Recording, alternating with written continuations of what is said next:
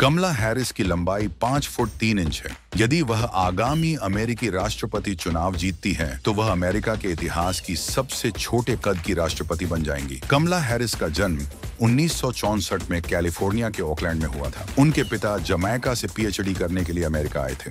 उनकी मां मूल रूप से दक्षिण भारत से थीं। वह भी पढ़ाई के लिए अमेरिका आईं और बर्कले में बस गईं। हैरिस का बचपन सिविल राइट्स मूवमेंट के समय बीता, जिसे उन्होंने करीब से देखा। न्याय की लड़ाई में जुटे लोगों के बीच पली बढ़ी कमला के सामाजिक मुद्दों को समझने का नजरिया बचपन में ही विकसित हो गया। हाई स्कूल के बाद उन्होंने वॉशिंगटन के हार्वर्ड यूनिवर्सिटी में दाखिला लिया, जहां उन्होंने पॉलिटिकल साइंस और इकोनॉमिक्स की पढ़ाई की और कैंपस में एक्टिविज्म में भाग लिया। लॉ स्कूल के बाद हैरिस ने कैलिफोर्निया में एक पब्लिक प्रोसिक्यूटर के रूप में काम किया, पहले अलामेडा काउंटी में, फिर सैन फ्रांसिस्को में और आखिर में पूरे राज्य के लिए। उन्होंने खुद को एक प्रगतिशील प्रोसिक्यूटर कहा जो गे राइट्स का समर्थन करती थी, मौत की सजा का विरोध करती थी और बड़े बैंकों को जवाबदेह ठहराने के लिए संघर्ष करती थी। 2016 में वह कैलिफोर्निया की सीनेटर चुनी गई, उस समय जब डोनाल्ड ट्रंप के चुनाव से कई अमेरिकी, विशेष रूप से प्रगतिशील लोग चिंतित थे। 4 साल बाद वह जो बाइडेन के प्रशासन में उपराष्ट्रपति बनी। अब एक अनोखे चुनाव में बाइडेन के उम्र और स्वास्थ्य के कारण पीछे हटने के बाद हैरिस डेमोक्रेटिक पार्टी की राष्ट्रपति पद की उम्मीदवार हैं।